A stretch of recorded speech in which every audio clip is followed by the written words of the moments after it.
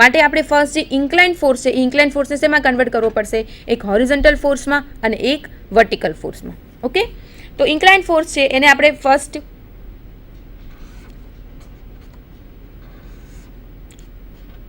$60 છે અને 10 કિલોન્યુટન છે.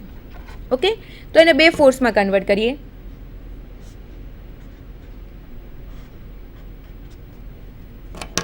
એક થશે હોરિઝોન્ટલ ફોર્સ અને એક થશે વર્ટિકલ ફોર્સ. ડિગ્રીની સામેની બાજુનો ફોર્સ થશે સાઇન, એટલે કે અહીંયા જે ફોર્સ છે એ જ આ ફોર્સ છે, માટે આ ફોર્સ કયો થશે? સાઇન થશે. તો આ ફોર્સ થશે 10 સાઇન 60 ઓકે, અને જે હોરિઝોન્ટલ ફોર્સ છે એ ફોર્સ કયો થશે?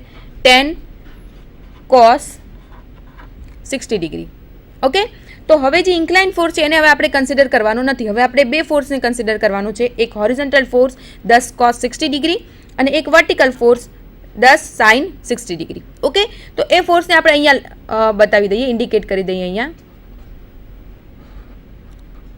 ઓકે, આ ફોર્સ છે 10 કોસ 60 અને આ ફોર્સ છે 10 sine 60 okay.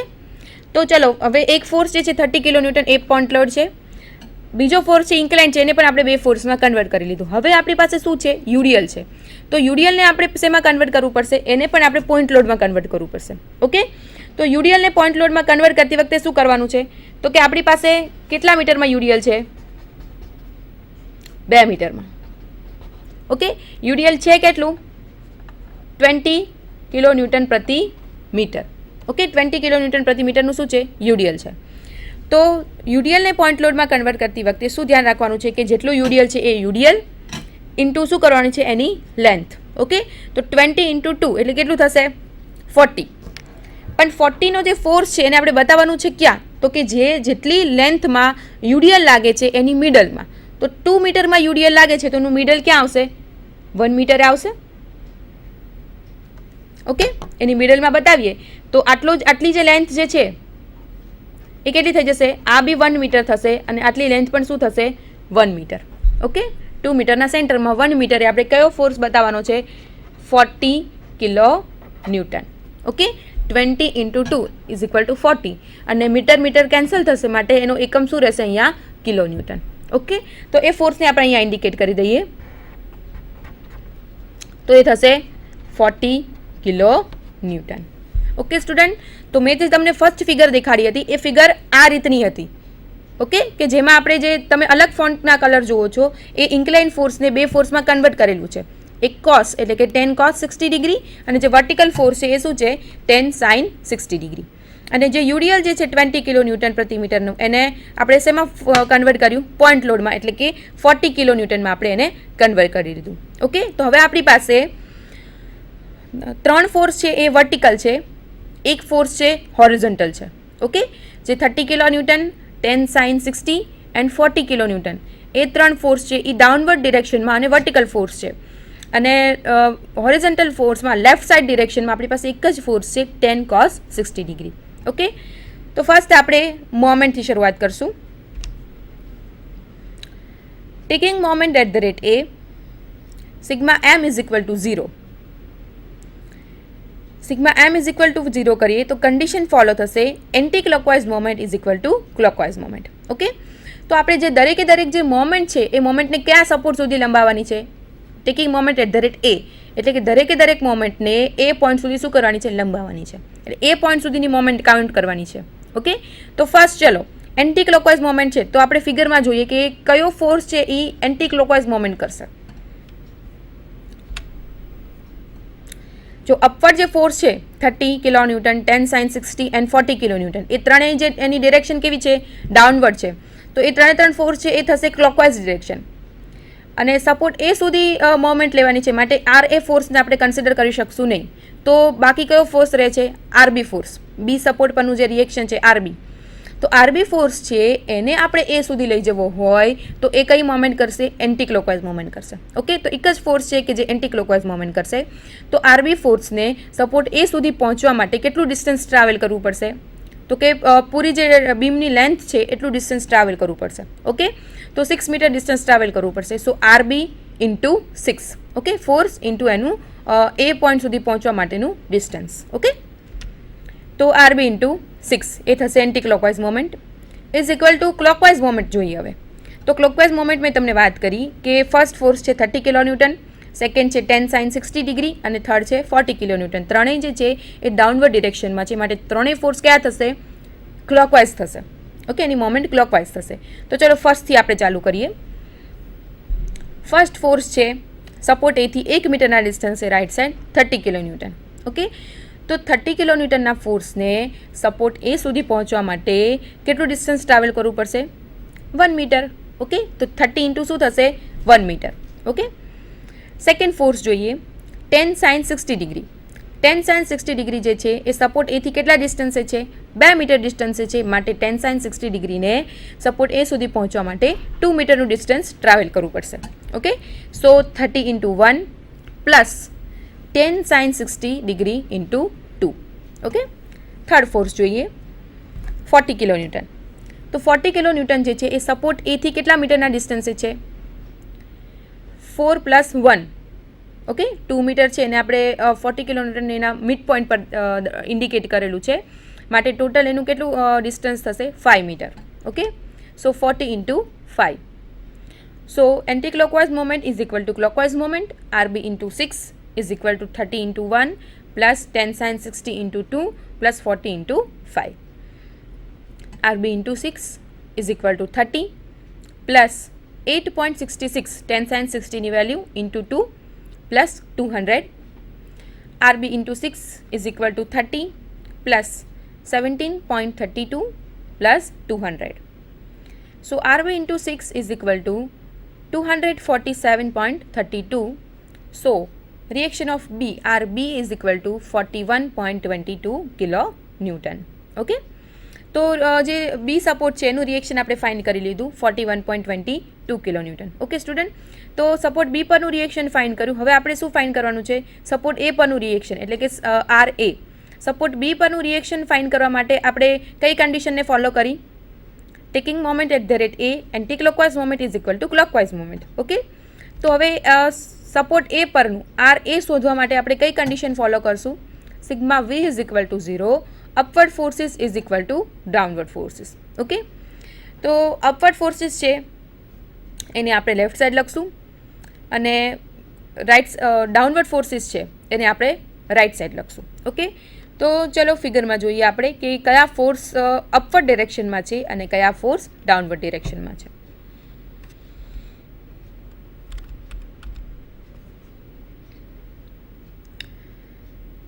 Only two force in upward direction, that is RA and RB.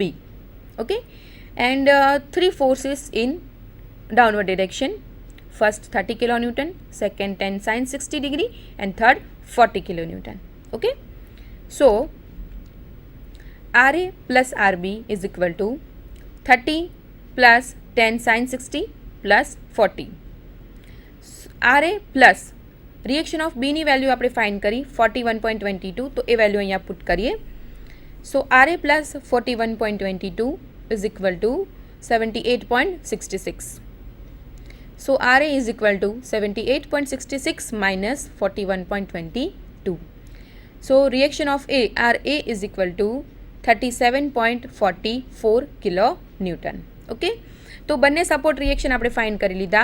Support બી પરનું રિએક્શન RB 41.22 એન્ડ સપોર્ટ એ પરનું reaction RA 37.44 kilo newton. Okay,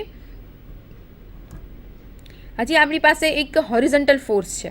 okay, તમે જોઈ શકો છો ફિગરમાં કે હોરિઝોન્ટલ ફોર્સ છે આપણી પાસે અને એ છે લેફ્ટ સાઇડ ડિરેક્શનમાં 10 cos 60 ડિગ્રી. ઓકે, તો HF ફોર્સ જે છે એ હંમેશા રાઇટ સાઇડ ડિરેક્શનમાં હોય છે. તો આપણે હોરિઝોન્ટલ ફોર્સ જે છે એની ઇક્વેશન ફોલો કરીએ. Sigma H is equal to 0 condition. તો કન્ડિશન ફોલો થશે right hand side forces is equal to left hand side forces. Okay, so sigma H is equal to sigma H જે છે એ right side force લાગે છે support point એ પાસે, અને left side જે force છે એ થશે 10 cos 60 degree. Okay, so sigma H is equal to 5 kilo newton. તો ફર્સ્ટ RB ફોર્સ ફાઇન્ડ કર્યો આપણે 41.22 kilo newton. R A force થશે is equal to 37.44 kilo newton અને સિગ્મા એચ હોરિઝોન્ટલ ફોર્સ આપણે ફાઇન્ડ કર્યો 5 કિલો ન્યૂટન. ઓકે, તો હવે આપણે રિઝલ્ટન્ટ ફોર્સ ફાઇન્ડ કરીએ.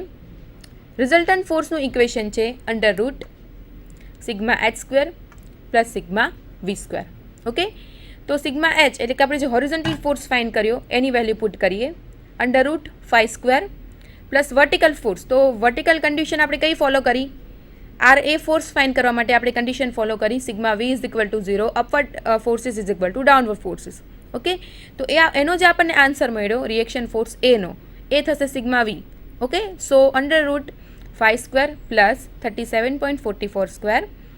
સો resultant force R is equal to 37.77 kilo newton. Okay, angle find કરીએ. tan theta is equal to equation છે sigma V upon sigma H, બંનેની value put કરીએ 37.44 upon 5. So tan theta is equal to 7.488. Okay, અહીંયા આપણને જે value મળી એ મળી છે tan થીટાની વેલ્યુ, પણ આપણે ફાઇન્ડ કરવાનું છે theta angle. So theta is equal two tan inverse 7.488. So theta is equal two 82.39 degree. Okay, તો ફર્સ્ટ સ્ટુડન્ટ આપણે સપોર્ટ બી પરનું રિએક્શન ઓફ બી ફાઇન્ડ કર્યું, સપોર્ટ એ પરનું રિએક્શન આર એ ફાઇન્ડ કર્યું, ધેન સિગ્મા એચ જે horizontal force છે એ, અને resultant ફોર્સમાં vertical ફોર્સની અને હોરિઝોન્ટલ ફોર્સની બંનેની વેલ્યુ પુટ કરી ફાઇન્ડ કર્યું રિએક્શન ફોર્સ અને થીટાની વેલ્યુ. ઓકે, નેક્સ્ટ જોઈએ આપણે ક્વેશ્ચન 5A.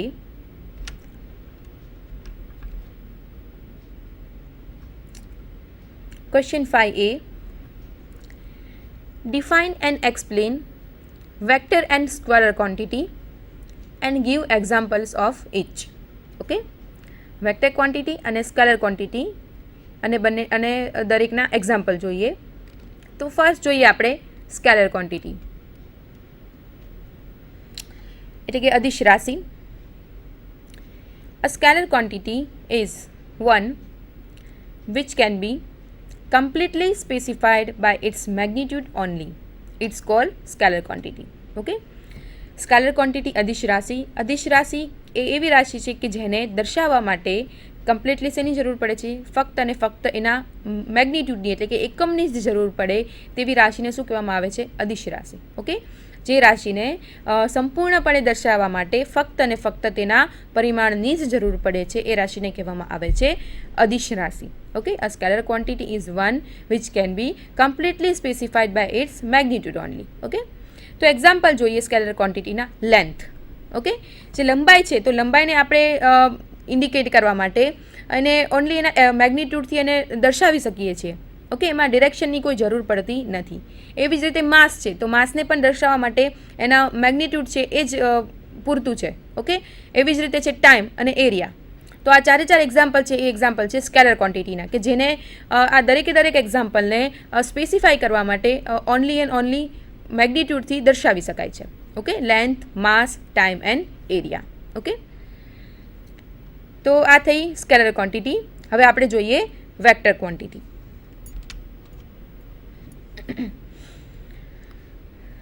વેક્ટર ક્વોન્ટિટી સદિશ રાશિ. A vector quantity is one which can be completely specified by its magnitude and direction both only. It's called vector quantity. Okay, સદિશ રાશિ એવી રાશિ કે જે રાશિને કમ્પ્લીટલી દર્શાવવા માટે એટલે કે સંપૂર્ણપણે દર્શાવવા માટે એના મેગ્નિટ્યુડ અને ડાયરેક્શન બંનેની જરૂર પડે છે. એટલે કે એનું એકમ અને દિશા બંનેથી જે રાશિને દર્શાવી શકાય છે એ રાશિને શું કહેવામાં આવે છે? સદિશ રાશિ. Okay, a vector quantity is one which can be completely specified by its magnitude and direction both only. Okay, એટલે કે એના પરિમાણ અને દિશા એ બંનેથી જે રાશિને આપણે સંપૂર્ણપણે દર્શાવી શકીએ એ રાશિને કહેવામાં આવે છે સદિશ રાશિ. ઓકે, તો એના એક્ઝામ્પલ જોઈએ. ફોર્સ. ઓકે, બળ જે છે તો બળને આપણે ઇન્ડિકેટ કરવા માટે શું કહીએ છીએ, તો બળનું મેગ્નિટ્યુડ પણ દર્શાવીએ છીએ. સપોઝ કે 50 કિલોન્યુટનનો ફોર્સ છે એ રાઇટ સાઇડ ડિરેક્શનમાં લાગે છે અથવા નોર્થ ડિરેક્શનમાં લાગે છે, સાઉથ ડિરેક્શનમાં લાગે છે, તો ફોર્સને ઇન્ડિકેટ કરવા માટે આપણે ફોર્સનું મેગ્નિટ્યુડ પણ બોલીએ છીએ અને સાથે સાથે એને ડાયરેક્શન પણ ઇન્ડિકેટ કરીએ છીએ. ઓકે, એવી જ રીતે વેલોસિટી, તો વેલોસિટીને પણ બંનેથી આપણે ઇન્ડિકેટ કરીએ છીએ, ડાયરેક્શન અને મેગ્નિટ્યુડ. ઓકે, તો ફોર્સ, વેલોસિટી, એક્સિલરેશન, મોમેન્ટ, આ ચારે ચાર એક્ઝામ્પલ છે એ છે વેક્ટર ક્વોન્ટિટીના. ઓકે, તો આ થયું scalar quantity and vector quantity.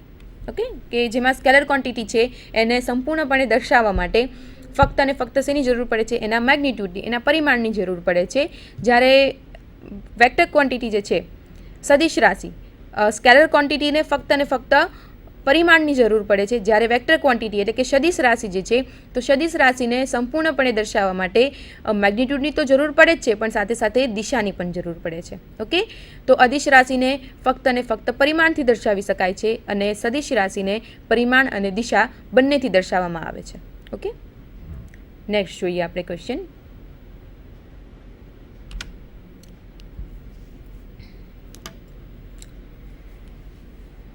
Question 5b. In a machine, an effort of 1 kilonewton raised a load of 8 kilonewton. The distance moved by the effort was 20 meters, while that moved by the load was 1 meter. Find mechanical advantage, velocity ratio and efficiency of machine. Okay, આપણને જે આપેલી છે example, એમાં છે in a machine and effort of 1 kilo newton raised a load of 8 kilo newton. Okay, એક મશીનમાં 8 kilo ન્યૂટનનું વજન છે એ 1 કિલો ન્યૂટનના બળ દ્વારા શું કરી શકાય છે, એને રેઝ કરી શકાય છે. ઓકે, તો the distance moved by effort એટલે કે બળ દ્વારા ડિસ્ટન્સ મૂવ થાય છે 20 મીટર અને લોડ દ્વારા ડિસ્ટન્સ મૂવ થાય છે 1 મીટર. તો આપણે ફાઇન્ડ કરવાનું છે મિકેનિકલ એડવાન્ટેજ, યાંત્રિક ફાયદો, વેલોસિટી રેશિયો એટલે કે વેગ ગુણોત્તર એન્ડ એફિશિયન્સી ઓફ મશીન એટલે કે કાર્યક્ષમતા. ઓકે, તો 3 વસ્તુ આપણે ફાઇન્ડ કરવાની છે. તો 1 બાય 1 ફાઇન્ડ કરીએ.